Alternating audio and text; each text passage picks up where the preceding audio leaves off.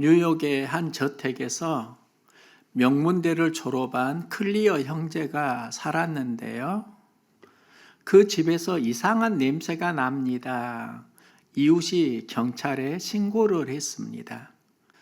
경찰이 출동을 했는데 안이 잠겨 있어서 2층으로 올라가 유리를 깨고 집에 들어갔습니다. 집 안에는 140여 톤의 쓰레기가 모일려 있었다고 합니다. 형은 굶어 죽어 있었습니다.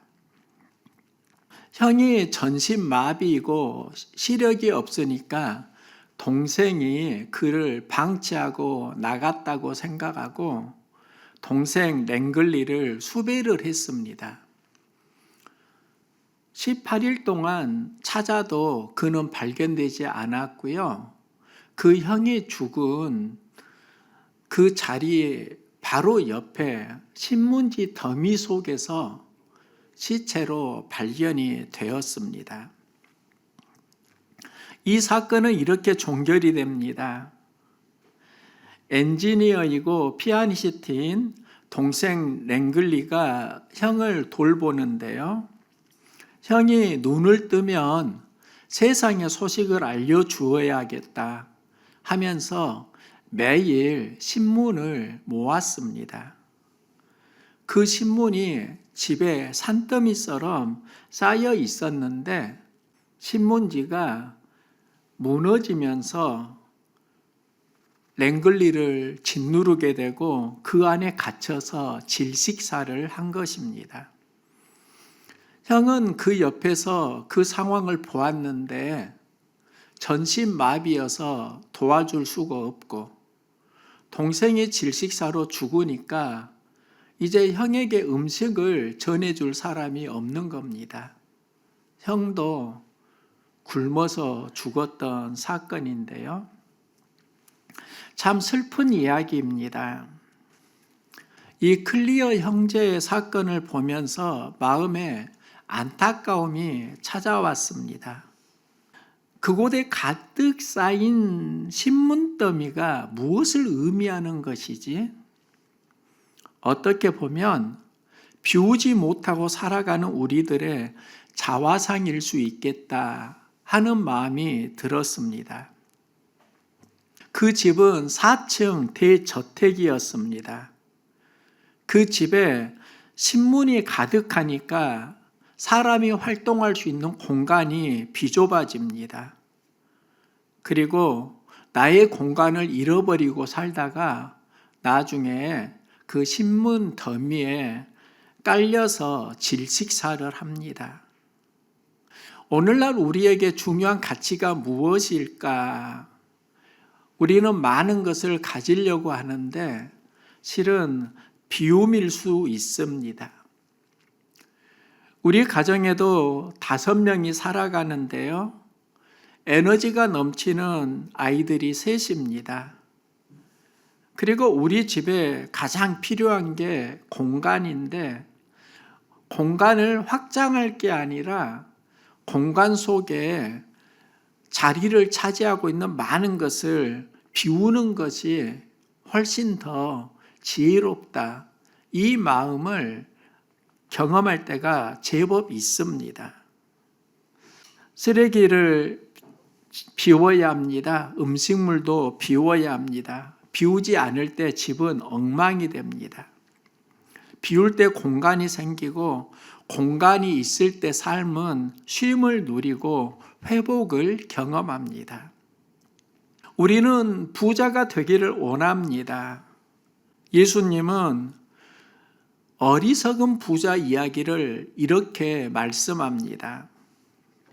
그는 일을 하면서 많은 소출을 얻게 되고 이제 곡식이 많아지니까 기존에 가진 작은 창고를 허물고 큰 창고를 짓습니다. 그리고 스스로에게 말합니다. 내 영혼아, 여러 해 쓸 물건을 많이 쌓아 두었으니 평안히 쉬고 먹고 마시고 즐거워하자. 주님은 그에게 말씀합니다. 어리석은 자여, 오늘 밤에 내 영혼을 도로 찾으리니 그러면 내가 준비한 것이 무엇이 누구의 것이 되겠느냐. 예수님은 부자를 어리석다고 말씀하십니다. 이유가 무엇일까? 그 공간에 육의 양식은 가득했지만 그는 마음의 양식, 영의 양식을 잃어버렸습니다. 우리에게는 두 가지의 공간이 필요합니다. 하나는 육이 쉴 수 있는 공간입니다. 다른 하나는 마음, 영혼이 쉴 수 있는 공간입니다. 현대인의 아픔은 육의 공간은 있는데 영혼의 공간을 잃어버리며 살아가기 때문입니다. 수고하고 무거운 짐진 자들을 예수님은 부르시는데 그러면 수고하고 무거운 짐진 자가 누구인가? 세상 가치로 살아가는 인생이라고 할 수 있습니다. 그들을 부르시고 예수님은 쉼을 주시겠다고 하시는데요. 예수님이 주시는 쉼은 그 뒤의 맥락을 보면 멍에를 메고 예수님께 배워야 하는 쉼입니다. 이 말씀에는 배경이 있습니다. 우리는 보통 하나님을 사랑하고 이웃을 사랑하라, 이게 율법의 가장 큰 계명으로 이해를 하는데요. 그 당시에는 십계명을 지켜야 한다면서 바리새인들이 십계명을 지키기 위해 세부 조항으로 613개의 문항을 만들었습니다. 이것을 정결예법, 때로는 장로들의 전통이라고 합니다. 안식일에 일을 하지 말라. 그러면 안식일에 어디까지 걸으면 그게 일이 되는가? 또 물건을 어느 손으로 들어야 하는가? 이런 세부 조항들이 있었습니다. 정결예법에는 음식을 먹기 전에 손을 어떻게 씻어야 하는가? 그릇은 어떻게 닦아야 하는가? 이 조항들을 만들어 놓고 이것을 하나님을 향한 거룩이라고 했습니다. 처음에는 하나님을 향한 거룩으로 시작했는데 이제 본질은 사라지고 율법의 형식만 남았습니다. 사람을 억압하는 수단이 되었습니다. 여기서 수고하고 무거운 짐진 자들은 삶 속에서 본질은 잃고 형식으로 살아온 인생이라고 할 수 있습니다. 은혜는 잃어가고 율법으로 몸부림을 치면서 버거워하는 삶의 모습이라고도 할 수 있습니다. 어떻게 보면 수고하고 무거운 그때의 짐진 자들은 오늘날 우리들의 삶의 한 단면이기도 합니다. 11장에 수고하고 무거운 짐진 자들아 다 내게로 오라 내가 너희를 쉬게 하리라 말씀하시고요. 12장을 보면 안식일 논쟁이 이어집니다. 제자들이 길을 가다가 배가 고파서 이삭을 잘라 먹었는데 바리새인들이 제자들과 예수님을 비난합니다. 당신의 제자들이 안식일에 해서는 안 되는 일을 하네요. 그들은 추수라는 노동으로 정죄를 하고 있습니다. 율법으로 예수님을 정죄하는 겁니다. 여기에서 바리새인들과 예수님의 논쟁이 시작되고요. 그 다음에 회당에서 말씀을 전하실 때 손 마른 사람을 예수님이 고치십니다. 이날이 안식일입니다. 바리새인들이 예수님께서 안식일에 사람을 고쳤다고 안식일을 어겼다고 또 비난을 합니다. 이때 예수님은 안식일에 선을 행하는 것, 악을 행하는 것, 생명을 구하는 것, 죽이는 것, 어느 것이 옳으냐 이 질문을 하시면서 안식일은 율법을 지키는 날인데 그 율법은 본질은 생명을 회복하게 한다는 겁니다. 그런데 율법을 지키면서 생명을 회복하는 것을 막으니까 본질을 잃어버리고 형식만 가지고 살아가는 그들에게 새로운 도전을 주시는 겁니다. 수고하고 무거운 짐진 자들아 다 내게로 오라 하시는데요. 수고하고 무거운 짐진 자들, 그들이 누구인가? 진짜 중요한 것은 잃어버리고 살아가는 수많은 현대인들이라고도 할 수 있습니다. 예수님은 그들을 부르시면서 내가 너희를 쉬게 하리라 말씀을 하십니다.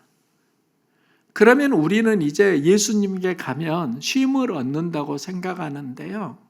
이것은 절반의 진리입니다. 내가 너희에게 쉼을 주리라 하면서 그 뒤에 맥락을 보면 예수님은 이렇게 말씀합니다. 나는 마음이 온유하고 겸손하니 나의 멍에를 메고 내게 배우라. 그리하면 너희 마음이 쉼을 얻으리니. 예수님 믿으면 내가 쉼을 얻는다. 이게 아니라 예수님께 나아가서 예수님 주시는 멍에를 메고 온유와 겸손을 배우면 그때 너희는 쉼을 얻는다. 이 말씀입니다. 그러면 온유와 겸손이 무엇을 의미하는가? 성경에서 가장 온유한 사람이 모세로 등장합니다. 모세의 삶에는 세 단계의 과도기가 있습니다. 그는 애굽의 왕자로 40세까지 살았습니다. 40세부터 80세까지 미디안의 무명의 목자로 살아가고 80세부터 120세까지 이스라엘 백성을 이끄는 리더가 됩니다. 모세가 쓰임을 받았을 때가 언제인가? 우리는 보통 40세 애굽 왕자라고 하면 그때가 가장 쓰임받기 좋겠다 이런 생각을 하는데 하나님께서는 80세 미디안 무명의 목자일 때 부르시고 그를 이스라엘 백성을 이끌어내는 리더로 사용을 하십니다. 그러면 40세부터 80세까지 미디안 목자로 살면서 모세가 경험한 게 무엇인가? 그때 이 사람 모세는 온유함이 지면의 모든 사람보다 더하더라. 미디안 목자로 있을 때 그에게 온유함이 자랐다는 겁니다. 신년에 파트 사역자를 세우고 다음 날에 차집사님께서 새벽 기도를 나오셨습니다. 기도 부탁을 했는데요. 목사님, 제가 사명을 잘 감당하고 싶어요. 실수하지 않고 주님께 잘 쓰임받을 수 있도록 기도해 주세요.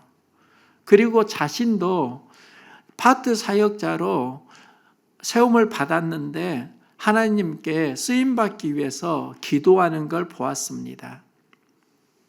누구에게나 쓰임받고 싶은 열망이 있다는 걸 알고 또 감당하기 위해서 기도하는 집사님께 감사가 있었습니다. 카톡으로 봉 집사님께서 교회여 일어나라 이 찬양을 보내주셨습니다. 그리고 교회에서 신년에 이 찬양을 불렀으면 좋겠는데요. 이 말을 하더라고요. 무언가를 하고자 하는 마음의 비전이 느껴졌습니다. 쓰임받고 싶고 또 교회가 부흥하기를 원하는 마음이 차집사님이나 봉집사님만의 마음은 아닐 겁니다. 우리 모두의 마음입니다. 그러면 우리가 경험해야 되는 게 무엇인가? 쉼과 회복입니다. 우리는 쉼을 그냥 하나님께 가면 주시는 선물이라고 생각하는데 예수님은 멍에를 메고 나에게 배우라고 하십니다. 우리가 생각하는 쉼과는 뉘앙스가 많이 다릅니다. 그러면 멍에가 무엇을 의미하는가? 십자가를 의미합니다. 예수님 주시는 쉼은 정확하게 말하면 내가 인생에서 십자가를 감당하면서 온유와 겸손을 배우라는 겁니다. 그러면 쉼을 주신다는 약속입니다. 예수님이 십자가를 감당할 때 하셨던 기도를 보면 우리가 어떻게 쉼을 얻을 수 있는가에 대한 단서가 나오는데요. 예수님은 십자가 앞에서 제자들에게 이런 말씀을 하십니다. 내 마음이 심히 고민하여 죽게 되었으니 너희는 여기 머물러 깨어 있으라. 제가 이 단어를 깊이 묵상하면서 한 가지 발견한 게 있습니다. 예수님은 십자가 죽음 앞에서 고민을 하십니다. 십자가 어떻게 감당하지? 왜 이 십자가를 내가 감당해야 하나? 피할 수는 없을까? 예수님도 이런 고민하지 않으셨을까요? 누구나 다 십자가 고난 앞에서 하게 되는 고민이고 갈등인데요. 그런데 예수님은 심히 고민하여 죽게 되었으니 이렇게 말씀합니다. 이 말씀은 우리가 생각하는 뉘앙스와 다릅니다. 우리는 어려운 상황 때문에 죽게 된다. 이렇게 생각하는데 예수님은 어려운 상황이 아니라 내가 고민만 하면 죽게 된다. 이 말씀을 하고 계시는 겁니다. 그래서 예수님은 고민만 하지 않으시고 기도하십니다. 이게 예수님이 우리에게 가르쳐 주신 온유와 겸손의 쉼이라고 할 수 있습니다. 예수님이 십자가를 감당하실 때 기도하시는데요. 아버지여, 만일 아버지의 뜻이거든 이 잔을 내게서 옮기시옵소서. 그러나 내 온대로 마옵시고 아버지 온대로 되기를 원하나이다. 우리는 내가 원하는 대로 이루어지기를 기도합니다. 예수님은 아버지 원대로 이루어지기를 기도합니다. 여기에는 엄청난 차이가 있습니다. 내가 원하는 기도를 하고 그 기도가 이루어지면 우리는 좋아하는데 내가 원하는 기도만 하면서 이루어지는 삶의 결과를 보면 방황인 경우가 많이 있습니다. 우리가 경험해야 하는 것은 방황이 아니라 생명으로 가는 쉼입니다. 그래서 쉼은 내 마음대로 내 뜻대로 할 때 주어지는 게 아니라 하나님 뜻을 구할 때 하나님 주시는 선물입니다. 우리가 쉼을 원하는데 생명으로 가는 쉼이 있고 방황으로 가는 쉼이 있습니다. 하나님 뜻대로 살면 힘들어 보이지만 그곳에는 생명이 있습니다. 내가 원하는 대로 살면 편하고 좋아 보이지만 그곳에는 방황이 있습니다. 예수님이 약속하시는 것은 내가 원하는 대로 살면서 방황으로 가는 그런 쾌락의 쉼이 아니라 생명으로 가는 쉼입니다. 그 생명으로 가는 쉼을 멍에를 메고 온유와 겸손을 나에게 배우라고 하십니다. 예수님이 우리에게 가르쳐 준 온유와 겸손은 무엇인가? 생명과 연결됩니다.